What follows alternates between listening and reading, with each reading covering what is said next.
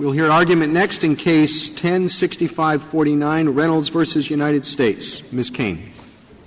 Mr. Chief Justice, and may it please the Court, recognizing that certain offenders convicted before enactment or an implementation of SORNA would be unable to comply with SORNA's initial registration requirement, Congress included Section 16913D, delegating to the Attorney General the authority to determine whether and how to apply SORNA's registration requirements to those offenders. Mr. Reynolds is one of those offenders because he was convicted, sentenced, and released from prison a year before SORNA was enacted.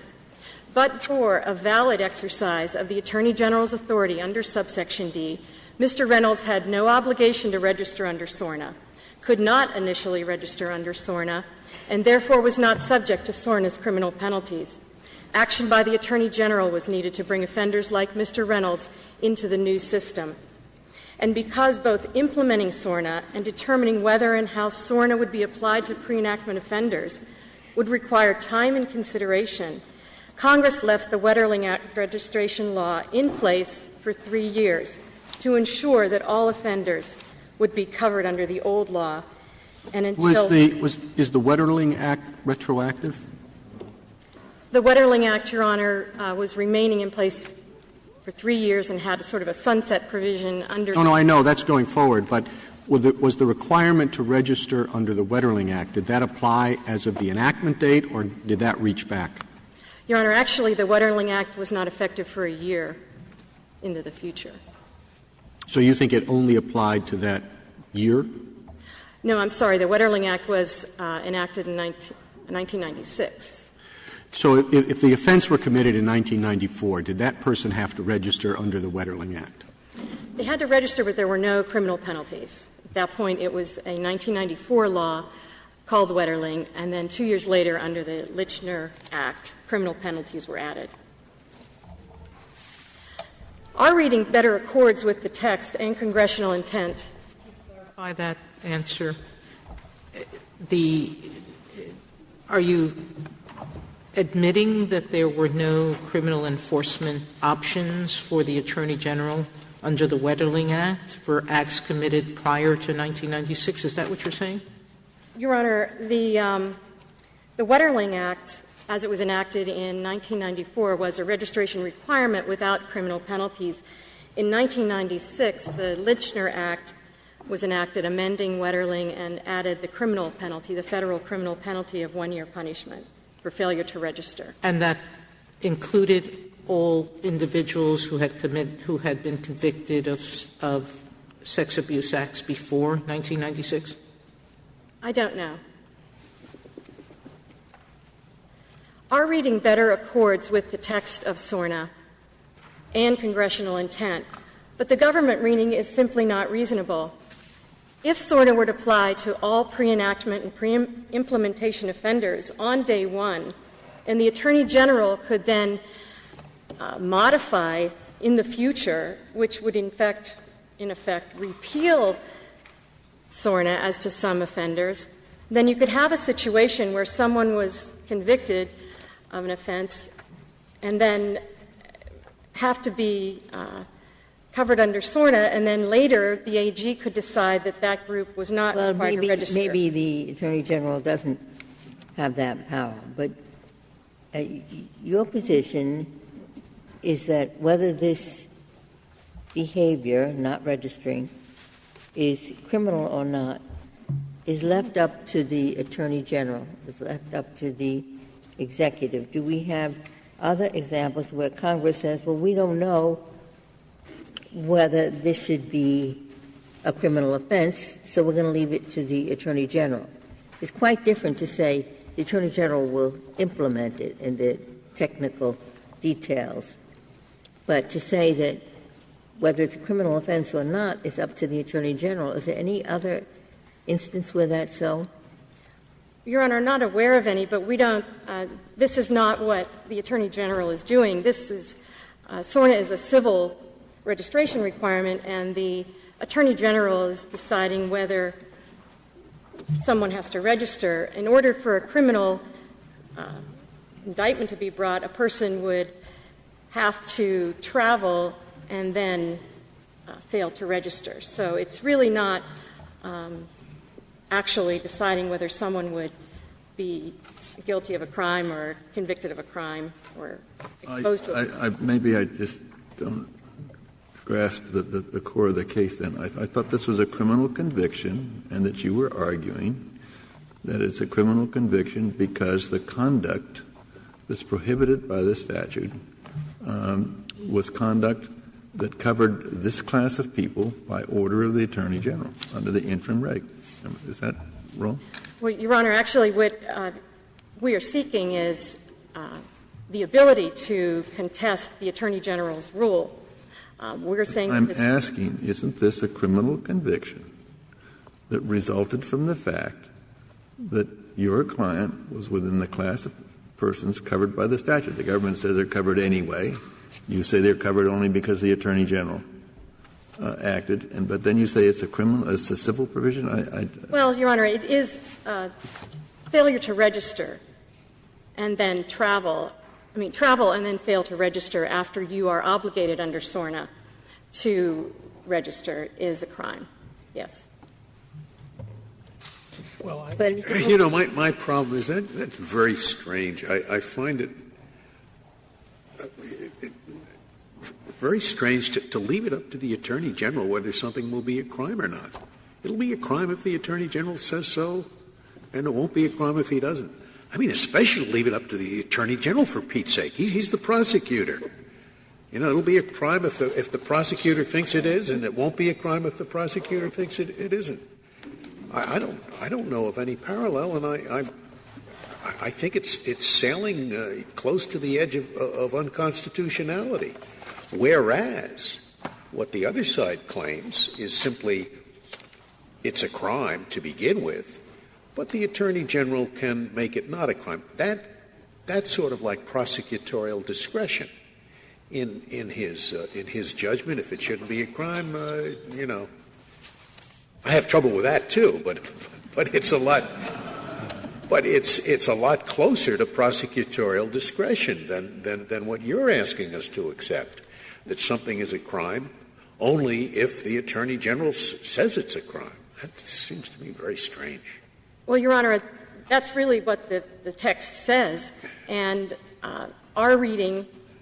But now we do. The Attorney General has spoken. The first time you say it was ineffective because there was no notice and comment, but from August of 1908. We have a final rule that did go through notice and comment. So are we talking about, is this case simply about the period from February 1907 to August 1908? And that's all that's involved in this case? Only those people? Or are you contesting that after August 1908, you still have some kind of claim? Well, Your Honor, our case does not involve the time period after August of 2000. So this whole case is about what happens between February 07 and August 08. And that's the limit of it. Because there was no rule at all before February 07, and there was a rule August 08. So it's just that period this case is about. Yes, our client traveled in 07. It's the period from the enactment of SORNA until the adoption of the SMART guidelines, right? That's what we're talking about. Well, Your Honor, if the SMART guidelines are deemed valid, yes. But that was in 2008. Our client traveled in 2007. And so the Attorney General's interim rule is the rule that would subject him to criminal liability. Excuse me, let me go back to that question, Counselor, to that answer.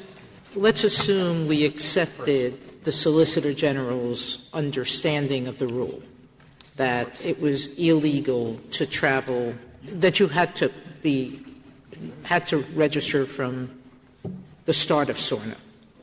What challenge do you have left either to the interim rule in 2007 or to the final rules in 2008? What challenge could you conceivably make? Your Honor, if the statute applies from day one, we would still contest the interim rule where the Attorney General took action but did not exclude our client. The Attorney General did what he was authorized to do in subsection What would be the D. basis of that challenge? Pardon What me? would have obligated him to take your client out of SORNA? The exercise of his discretion to not take him out. Could you tell me why? Because What would be an abuse of his discretion if he didn't take your client out? Because he had exercised his discretion under subsection D and decided not to exclude our client from the That we're in a from circular the argument. statute. What would have commanded him to take your client out? It would be his discretion. You would have to bring some sort of suit that said he abused his discretion. On what basis would he have — what would be your claim of abuse, other than I really want my client out? Well, that he would have standing. I mean, that's what we're trying to — we're trying to get standing to contest the interim rule. But what impact would the interim rules have had on you? If the statute applies from day one, without the interim rule, we still would that is what the standing issue is about. I mean, we're saying that the interim rule is the only rule that gave the government the ability to include Mr. Reynolds in the prosecution. You have a notice and comment claim, right? Yes. Yes, Your Honor. But what you're challenging is the interim rule, because there was no notice and comment. So you would have had no challenge, not from the date of SORNA's enactment, but from the date of the rule that you're challenging, and that rule was February 07. Your challenge is to the invalidity of the interim rule, right? That's right. Okay, so, but before there was an interim rule, you would have no such challenge. No, but the SORNA would not apply to Mr. Reynolds before then. You might have some other case, but this case is about a challenge to a rule as invalid. That's as I understand it. So there had to be the rule for you to make the challenge. I'm sorry, I missed the last part. You are challenging the Attorney General's first rule as invalid, the February 07 rule. You say it's invalid because there was no notice and comment. You had no challenge. Your challenge doesn't reach before that because there was no rule before that. So that you can — the earliest point is when the rule was adopted, you're saying the rule was invalid. So that's why I said the brackets are from when there was an allegedly invalid rule, which was in February 07, till when there's a valid rule, which is in August of 08. That's right, Your Honor. I mean, that — No, that's not no. Your argument, as I understand it, is there was no notice and comment when he issued the interim rule. Right. If there had been notice and comment, you would have jumped in with comments that would have convinced the Attorney General not to apply the rule to your client. That's right. Okay. That's right. And your argument is further that without the rule, SORNA doesn't exist, right? For our client. Right. He is unable to comply with the initial registration provision under B because he was released from prison a year before SORNA was enacted, so he could not meet either one of the descriptions of initial registration. That doesn't mean SORNA doesn't apply. It means 2250 doesn't apply. That's right. Is that right? Well, yes. I mean, it might be a metaphysical, but it may be that Congress intended the statute to apply to people like your client. But the question is when the initial registration has to take place. And I took you as saying, until the Attorney General acts, we don't know. So 2250 doesn't criminalize a failure until he can know when he's supposed to register. Register under SORNA. That's right. That's right? Okay. The problem is here that the prosecution, the Attorney General's office, is substituting a state registration for the initial registration under SORNA, and that's just not what the text says. Ms. Cannon, why do you think that Congress would have written the statute in this way? I mean, in your brief, you say it was all very complicated and Congress was worried about certain problems, the way different registrations overlapped on each other. But exactly what was so complicated? Why couldn't Congress just have applied the statute to people in Mr. Reynolds' situation itself? Well, even the government agrees in their brief that there are complications. I was going to ask the government the same question. What are the complications that Congress is so worried about? Some sex offenders, from the various states, there were state laws that were varied amongst each other. There was the Federal Wetterling Act that had its own different periods of registration and different requirements. And I think that one of the permutations, some of them are, that some sex offenders never had to register in some states.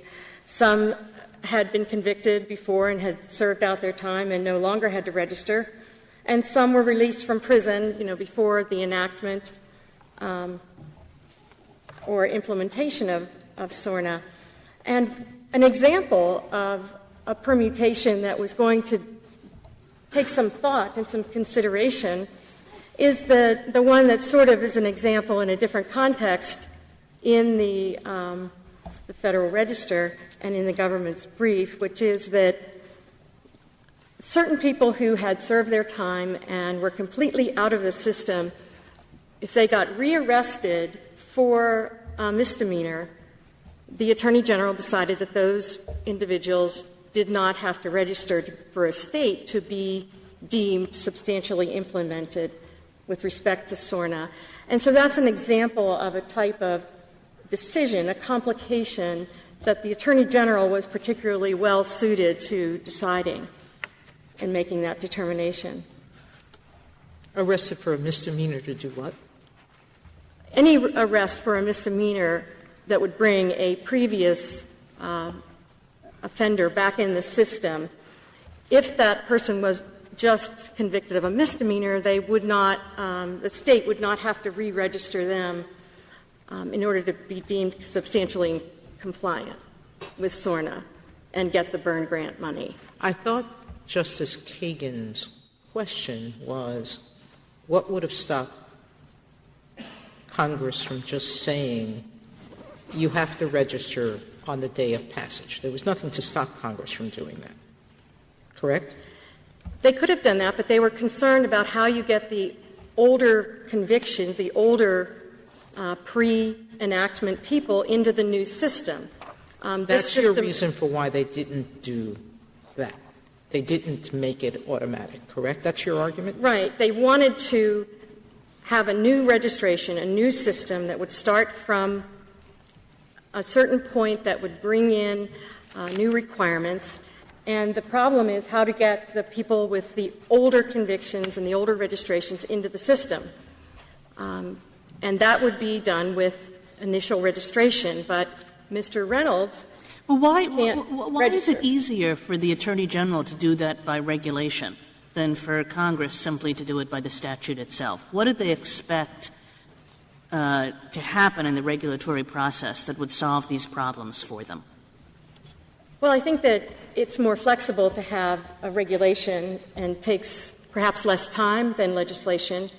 To think of all the different permutations, they don't know every state's laws and every state's capabilities, and so it was more flexible, and they could respond more quickly to changes. Well, take this case.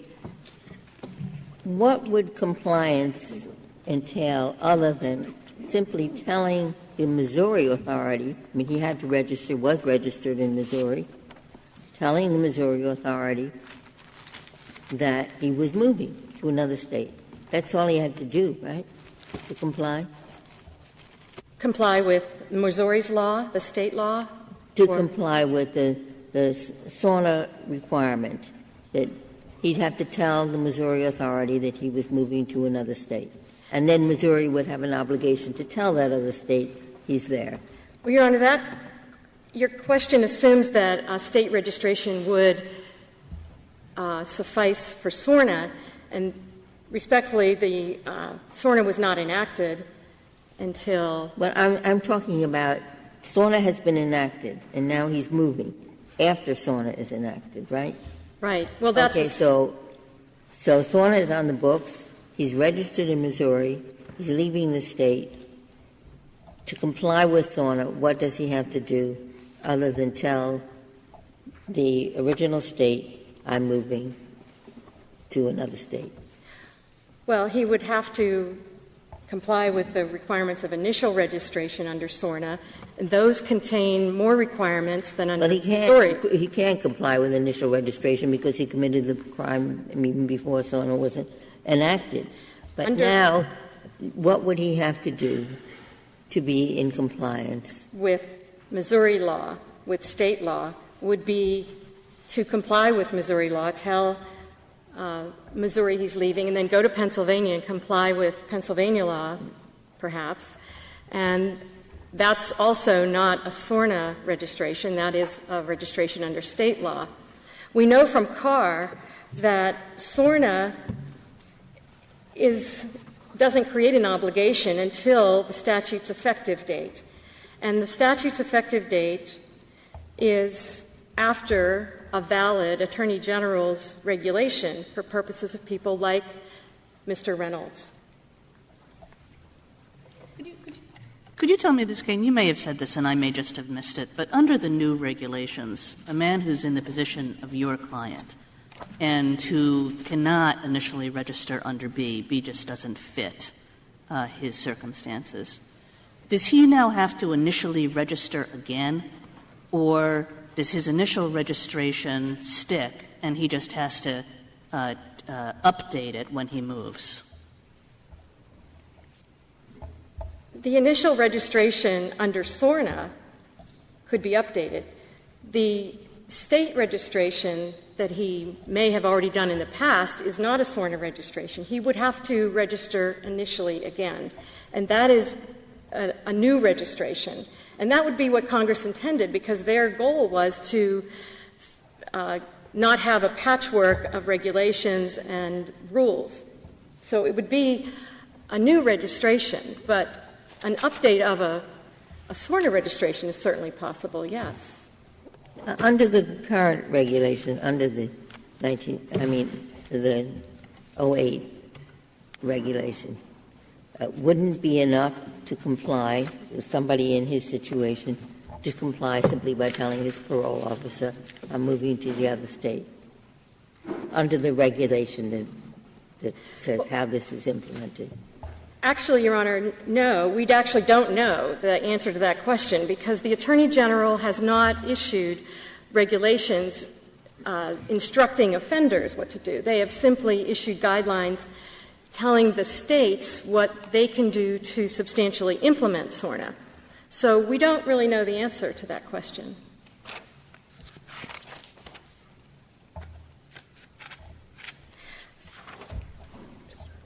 The point is that the requirement to initially register under SORNA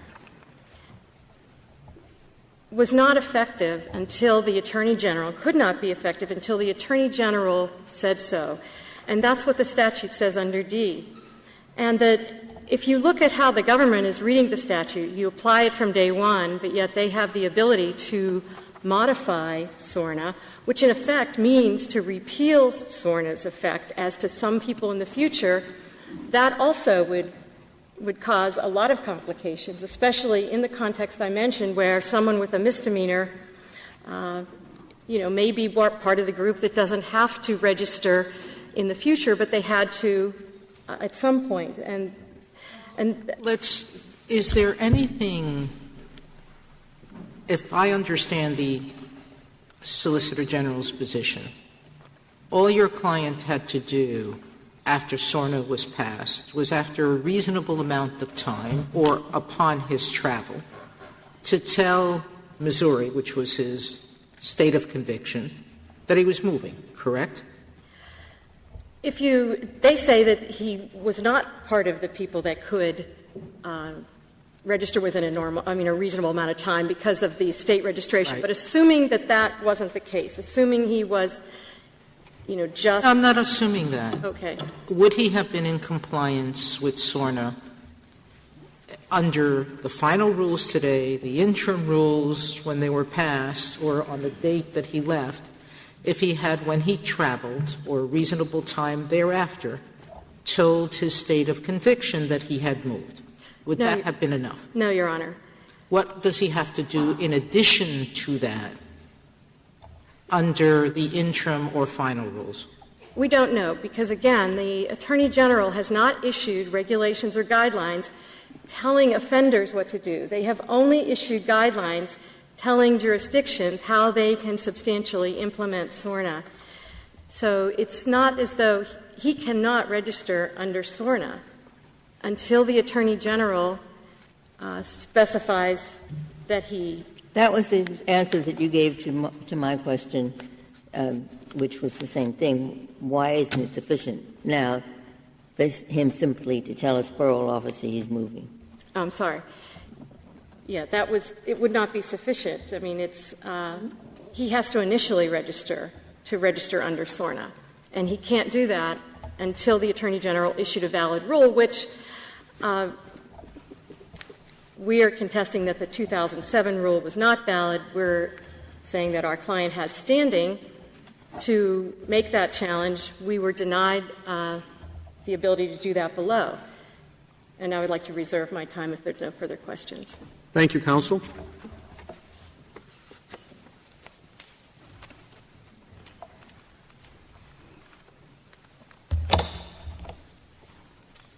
Ms. Sherry?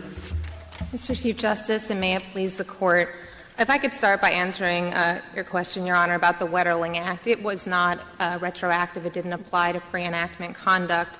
It defined a sex offender, unlike SORNA, as somebody who is convicted of a sex offense.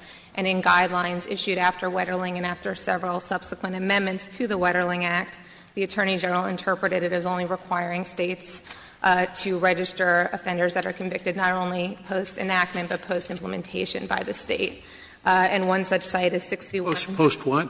Post-implementation by the states. And so 61 Federal Register Site 15112 is just one example of that type of regulation. And so when Congress enacted SORNA, it switched from is convicted to was convicted in order to include pre-enactment offenders. Justice Kagan, to get to your question about why is it all so complicated, our answer is that it really is not. There's no reason why it couldn't have applied on day one to all pre-enactment and pre-implementation offenders.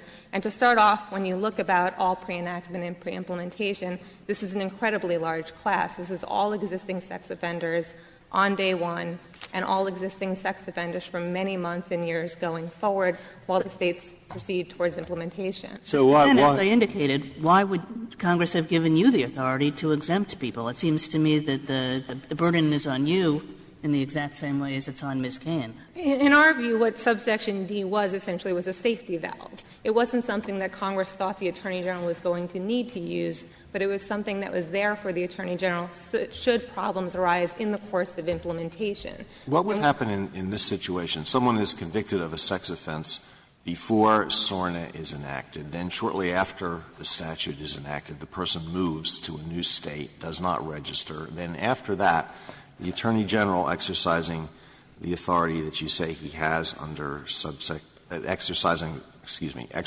the authority under subsection D determines that SORNA shouldn't apply to people who were convicted of offenses before its enactment. Would that person have committed a criminal offense?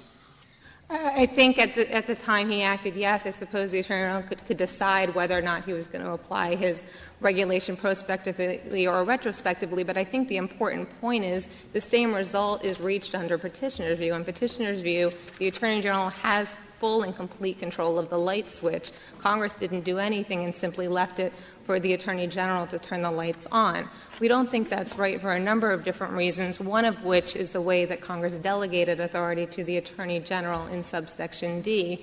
Well, Congress wasn't sure whether it was appropriate to apply SORNA retroactively, then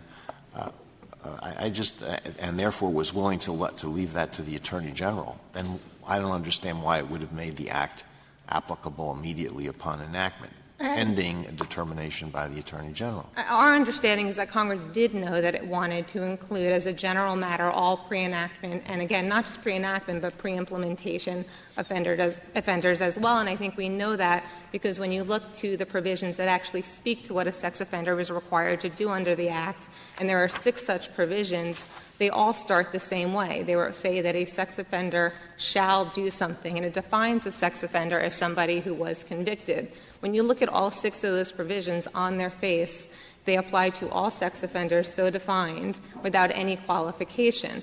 And Petitioner's view is that despite that clear language, despite the lack of any qualification within those provisions, by virtue of subsection D, what Congress was really saying is that nobody has to register until the Attorney General says otherwise. So how do they know where to register?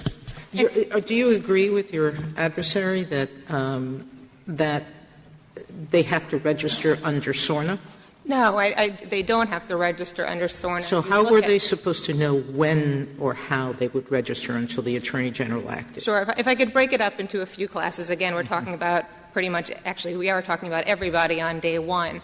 And so for a number of pre-enactment and pre-implementation offenders, they're still going to be in prison on the day that SORNA was enacted. I'm not talking about those people. So not the people who can comply with B. I'm talking about So people — and then the second group I was going to talk about are offenders like Reynolds, who have already registered before SORNA was enacted. They're already initially registered. It's the very same state registry system that preexisted SORNA. There's no creation of any SORNA registry, and the statute itself doesn't talk about a SORNA-compliant registry.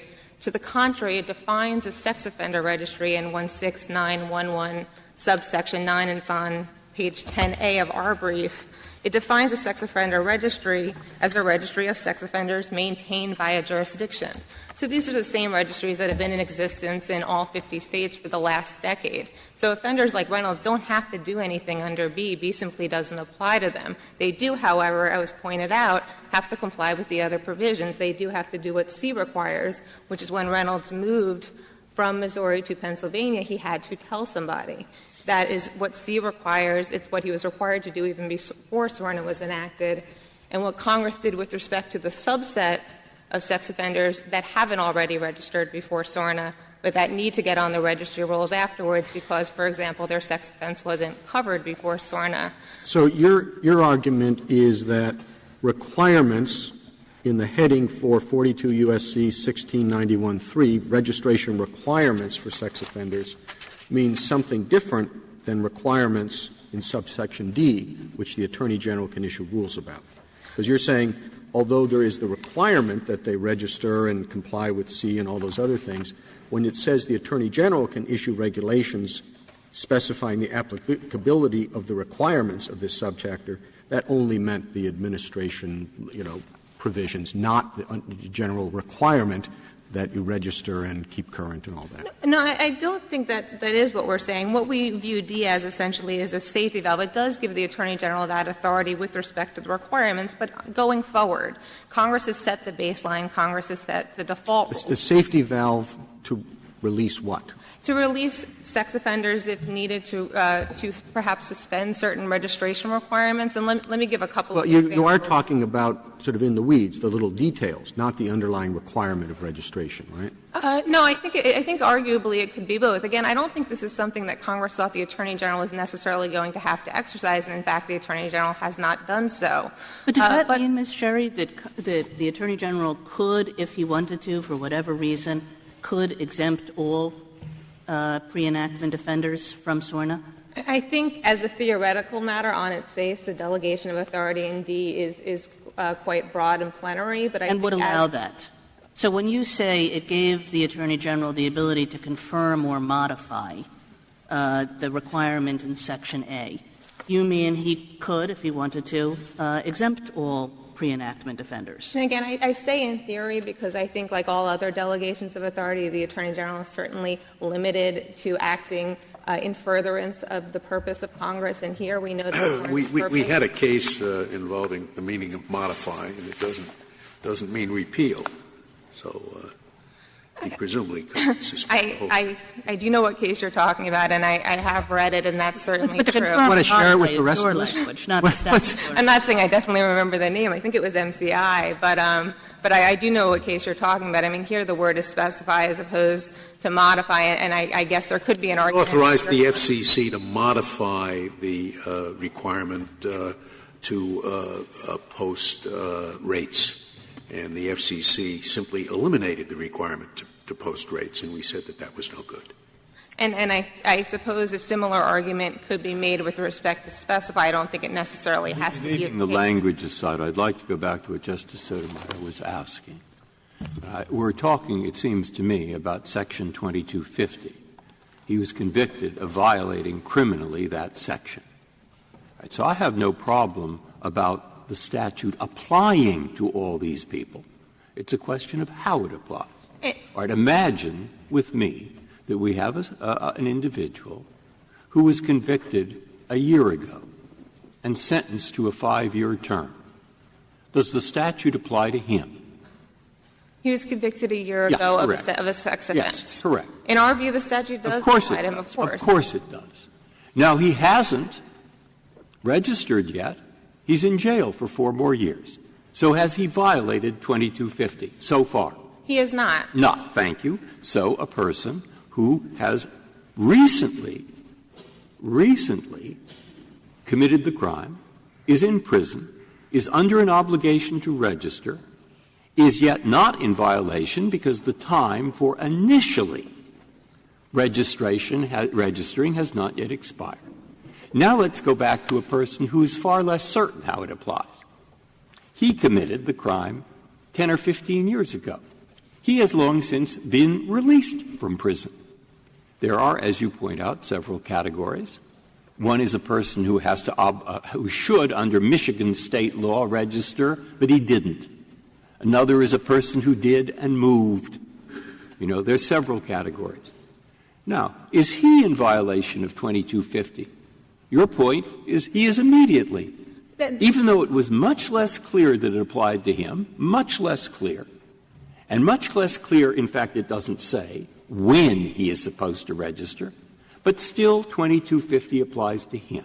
I just wonder how that could be, particularly when we have 3 sentences in D, which seem to me to tell the Attorney General, certainly please deal with that kind of a case. If I could start with 2250 and then go back to subsection D, that is not our position. 2250 is the criminal provision. What we're actually looking at here are the registration I thought he was convicted of a crime. I thought he was convicted of a crime under 2250. That's why I asked the question, and his lawyer said in response to my question that one of the things she wants to argue is that he cannot be convicted under 2250 until he is under a legal obligation to register, and that initial registration is not a legal obligation until the Attorney General makes his rules. I thought that was the argument. Let me make an important distinction. If we're actually talking about Reynolds here, you are right, but Reynolds was not convicted and was not prosecuted for failing to comply with the initial registration requirements in subsection B. He was convicted and prosecuted for failing to comply with the timing requirements in subsection C, which are quite clear as applied to offenders like Reynolds who have already registered or already in the system. What he did was he traveled from subsection C says he has to not later than 3 Where is this? You want to tell us where this is? Oh, sure. This is on 12A of the government's It's brief. very helpful to know what you're talking Absolutely. about. But you're suggesting, Ms. Sherry, that B and C have nothing to do with each other. And, in fact, one can read A, B, and C as all integrally linked and referring only to post-enactment offenders. So A is the umbrella provision. It says a sex offender shall register and keep the registration current. B says how you shall register initially, and C says how you shall keep that registration current. So all 3 of these refer only to post-enactment offenders, and then D comes along and says, by the way, the Attorney General can apply all of this to pre-enactment offenders as well and can specify how to do that. Again, I don't think that's right, and if it helps, I'd like to walk through the different provisions. The one thing I would say on the outset, however, is when you say that when you read those sections, you can read them as only applying to post-enactment offenders, I don't think that's right, especially because of subsection B, because on the day that SORNA was enacted, every single person in prison at that time was by definition a pre-enactment offender. And so on its face, when you read subsection B, it quite easily applies to quite a number of pre-enactment offenders. And the other point I would make along those lines is the fact that subsection D doesn't just talk about pre-enactment, it talks about pre-implementation offenders. So offenders that were convicted after SORNA's enactment but before a state had implemented, again, quite easily fit not only within subsection B but within all the other subsections as well.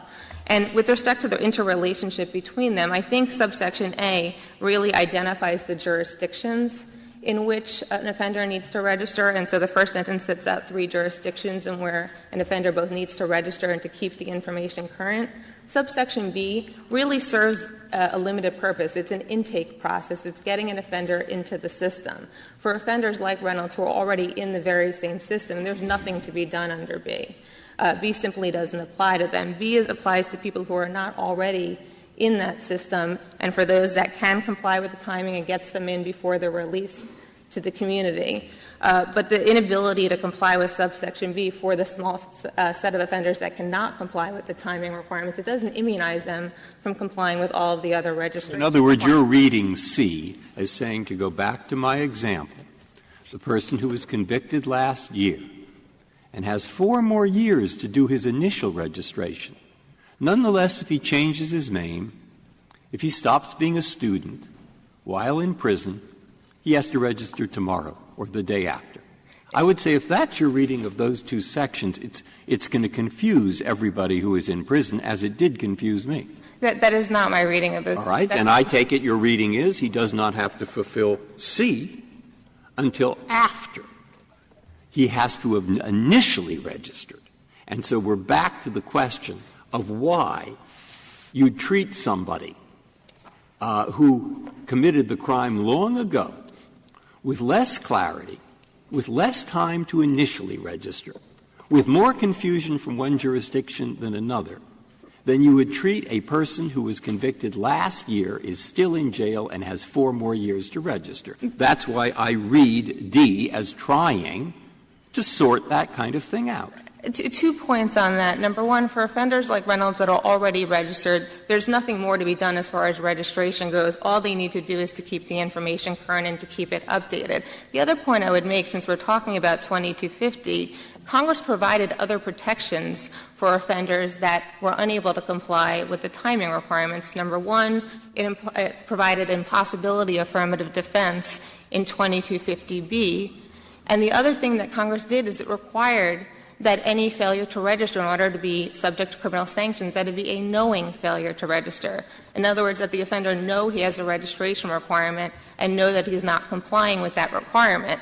So the idea that there are some hypothetical or maybe even not so hypothetical sex offenders out there who can't comply with the precise timing in B and will have no idea what they're required to do, they're not going to be criminally liable under 2250 because there's an impossibility defense. And to the extent they don't know that they have a registration requirement, they're also not going to be criminally liable under 2250. And so why isn't part of your answer to Justice Breyer's question that the one person who doesn't have to register for 4 years is in prison already? So presumably he doesn't present the same type of threat that led to the enactment of these registration laws in the first place. That's absolutely right. I mean, the reason they're released from prison is the trigger is because the concern and the reason we have registration is for periods of time where these offenders are released into the community. And that's why the timing requirement in B is there. The notion is that before offenders are released into the community, we want to get them on the registry rolls. We want to be able to track them from the day that they're released. Your view is that they have to register initially when? If they have not? No, I'm just saying, take my example. The person is in Michigan. Michigan does have a sex registration thing, but he never actually did it. So now this Federal Act comes in, And now when is he supposed to register? When's his initial registration? He has to register within a reasonable time. Oh, a reasonable time. And what is a reasonable time? Given the other timing and the rest of the requirements, something probably along the lines of give or take 3 business days. The important 3 business point, days however, he's supposed to go out and do that, and if he doesn't do it, he has committed a Federal crime which makes no mention of it, no mention at all, and he's just supposed to guess that that's 3 business days because he's a lawyer? Is that why? No, it's actually it's not unique with respect to the statute. It's quite common for status offenses, and let me try to give one example. One of the statutes that this Court looked at fairly recently, 922G9, makes it unlawful to possess a firearm after having a conviction for a misdemeanor crime of domestic violence. That statute was passed in 1996, and it applied to everybody who has been convicted of a domestic violence offense. And so if an individual had a domestic violence conviction in 1990, for example, and had had a firearm in his house in his possession for the last 20 years, when the statute was passed in 1996, he was in violation of the statute. Of course, he couldn't be criminally prosecuted unless he was given some reasonable period of time to get rid of the firearm. But there's nothing unique with respect to that. And again, the criminal provision here, 2250, provides additional protections. It has an affirmative defense for impossibility, and it requires that there be knowledge. So for an offender that knows he is required to register, he's given a reasonable amount of time to come into compliance with that registration requirement. Reynolds, in particular, is a good example here of what Congress was trying to get at. Reynolds knew he was required to tell somebody when he moved from Missouri to Pennsylvania. He knew that because he signed registration forms in Missouri telling him as much, and those are in the Joint Appendix at pages 16. But those were under Missouri law, not under the Federal statute. They were under Missouri law, but the important point for SORNA purposes is that he knew he had a registration requirement. He doesn't have to know what law it arises under. And again, the sex offender registries that preexisted SORNA are the exact same sex offender registries that SORNA is using. SORNA was enacted in 2006. It wasn't starting over. It wasn't starting from scratch. It wanted to build on the previous regime. It wanted to fix it and make it better and fill in gaps and fill in loopholes and stitch all of the state systems. And providing criminal penalties that weren't always there. Well, the criminal That's penalties, a big change. The criminal penalties, the Federal felony criminal penalties were not there before. Wetterling did have a misdemeanor penalty, and a number of states did have penalties. But again, the criminal penalty is distinct from the registration requirements, which is what we actually are looking at and what we're interpreting. The registration requirements, violation of which can result in criminal penalties in certain circumstances, but again, Congress provided additional protections for those circumstances.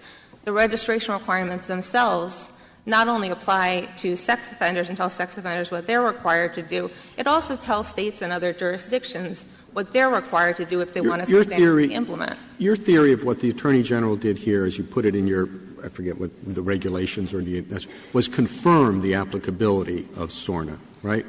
That's the word you used, I think, on page 12 of your brief. We did. One of the things he did was confirm in the interim rule, the Attorney General in the preamble section read the statute exactly as we read the statute. What is the other example? Do you have any other example where an Attorney General confirms the applicability of a criminal law? I don't know if I would say confirm. There certainly are other examples where the Attorney General has had authority and exercised authority to define certain aspects of criminal law. 2B is one example of such a case. Now, that's different. I mean, if you're talking about defining which drugs are qualified, under provisions that criminalize possession, things like that, that's clarification going forward. I'm talking about straightforward confirming, which is what you say happened here.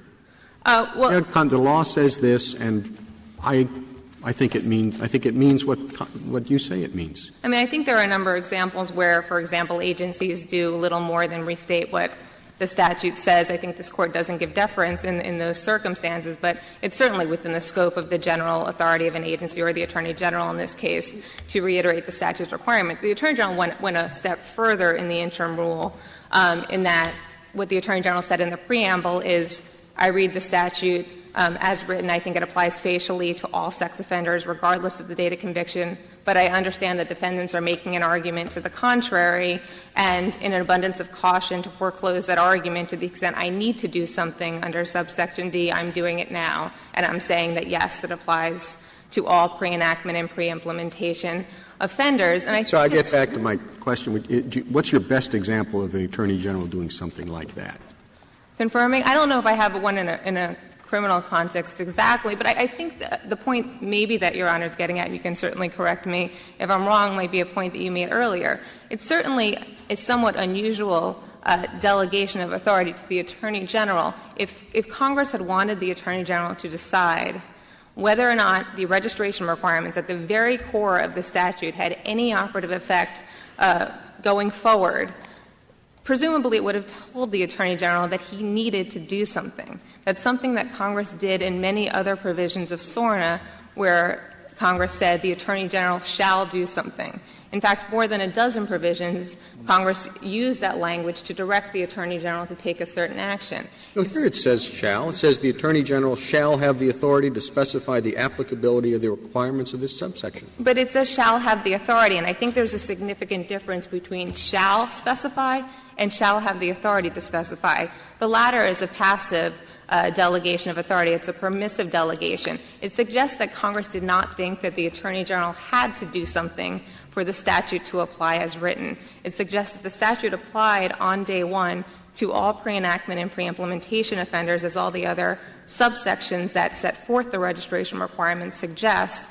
But if the Attorney General in the future sees a need to specify the applicability going forward, then he has the authority to do that. Not that he's going to question. You're starting from a proposition, counsel, it seems to me, that Congress necessarily and under all circumstances thought that it had to include pre-SORNA convictions. But I don't know, yes, it wanted a uniform system, but it had state systems in place, it had an Imperfect Weatherling Act in place, had lots of other mechanisms in place to punish non-registrants.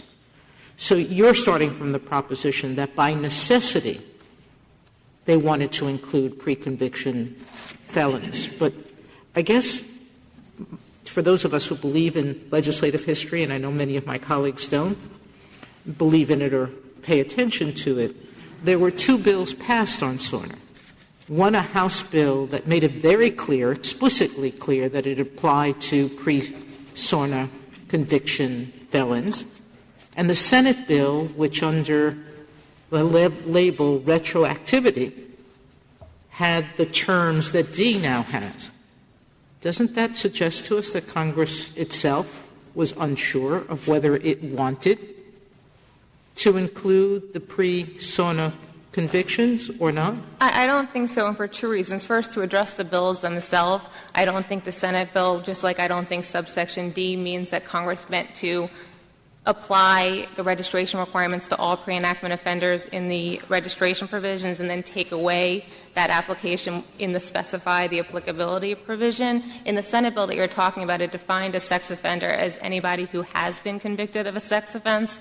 And as this Court said in Carr, that's the language that Congress quite often uses when it intends to include pre-enactment conduct. So I think the verb choice, both in the Senate bill, in the House bill, and in the bill that was actually enacted, indicates that it did intend to include pre-enactment offenders. The other point I'd want to make is, again, another point that was made in Carr, which is that the registration requirements stand at the very center of Congress's efforts to find and to register the 100,000 missing sex offenders that had fallen off the registry rolls under the previous regime. So I think it is quite clear with respect to SORNA that Congress did want to include pre-enactment offenders. It wanted to not only find those missing sex offenders, it wanted to make sure that they got back on the registry rolls. And as far as the hundreds of thousands of offenders that were already on the registry rolls when SORNA was enacted, it wanted to make sure that they stayed on the registry rolls, that they kept the information current, they continued to update their information going forward. And again, with respect to pre-enactment offenders that were in prison at the time that SORNA was enacted, it wanted to make sure to get them on the registry rolls before they left prison, before they entered the community. I guess my problem is that you make an assumption, you continue to make an assumption, that if the Attorney General hadn't acted, that the Attorney General was incapable of acting quickly.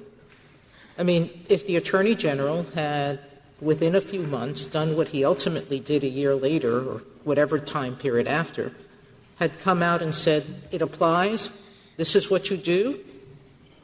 Briefly, you register wherever you were convicted or et cetera, if you move or change your name, then Congress would have accomplished the goal it wanted. If Congress had wanted the Attorney General to act and to act quickly, presumably Congress would have told the Attorney General that he had to do something. Again, that's something Congress did in many other provisions of SORNA. Congress wasn't shy about. The Attorney General did try to act very swiftly, and if the Attorney General thought that SORNA applied from day one, why did the Attorney General try to rush through regulations that said nothing more than SORNA applies? Because when the Attorney General issued the interim rule, what he said was that, reading it on its face, I do think it applies to everybody, but I recognize the defendants are making an alternative argument, and I think it's incredibly important that it apply to everybody and that it apply to everyone quickly, because we're talking about protecting our communities, we're talking about protecting the public and protecting our children from sex offenders, and having this uncertainty out there is not only not good for protecting the public, but it's not good for sex offenders, it's not good for jurisdictions that are trying to work towards substantial implementation of SORNA. And so I think you could look at it one of two ways. If the idea is, well, Congress left it to the Attorney General, but the Attorney General could have acted very quickly, I think that suggests that there probably wasn't that much for the Attorney General to do in the first place, and there's little reason that Congress would not have made that decision on its own. To the extent you think there was a whole bunch of things for the Attorney General to do, which, again, we disagree with, presumably that's something that would take some time, and during the interim period, those 100,000 sex offenders would remain missing, additional sex offenders would be added to that number, and the community and the public would continue to be at risk going forward. What if we think the reason Congress left it to the Attorney General is because they just didn't want to decide? Or some people were saying this is fine but not retroactive, and others were saying it should be retroactive. Do you see any constitutional issues with Congress delegating that authority to the Attorney General? The authority to make a criminal statute applicable on a retroactive basis? We don't see any constitutional difficulty with it. Of course, we don't think that's what Congress did, but we do think that the notion that Congress would delegate such a fundamental issue to the Attorney General in such subtle and opaque terms that the Attorney General didn't think he needed to do anything is quite significant when you look to see what Congress was intending. Of course, it would strengthen your case if you at least acknowledged that it would be constitutionally doubtful. You wouldn't have to say it's bad, but if you said it's doubtful, it would strengthen your case, wouldn't it? That might strengthen our case here. But it would also work against your own interpretation, because your own interpretation allows you to exempt anybody that you want from the statute. Isn't that right? It does, but we do think there's a different starting point, and the difference in starting point is a fundamental difference, as Your Honor noted. Our argument looks a lot like prosecutorial discretion, whereas the other starting point is that Congress decided nothing and left it all to the Attorney General. Thank you, counsel. Ms. Kane, you have 3 minutes remaining. I'd like to address one point the government made, that there's no need to re-register someone in Mr. Reynolds' position once they've been registered under state law. They acknowledge the opposite themselves in footnote 12, where they say that a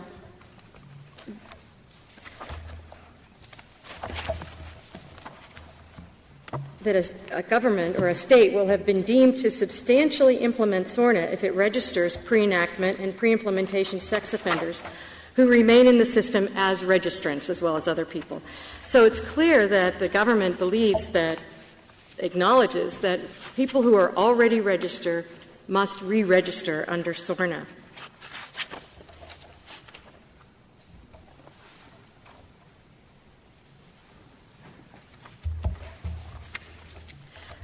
The most important thing is that the SORNA statute, the obligation under SORNA begins with initial registration and does not begin with a state registration.